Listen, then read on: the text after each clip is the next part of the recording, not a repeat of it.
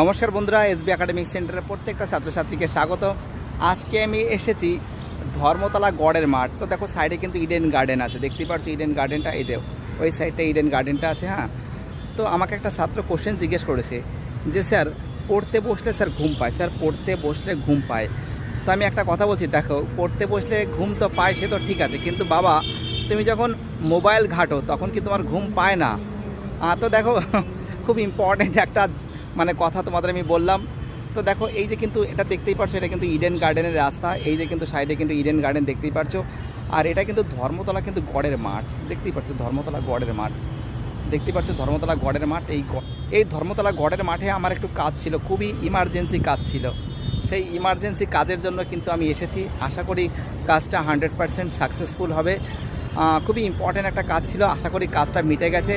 তো ভাবলাম কি যে গড়ের মাঠে হালকা শর্ট একটা ভিডিও করে যাই,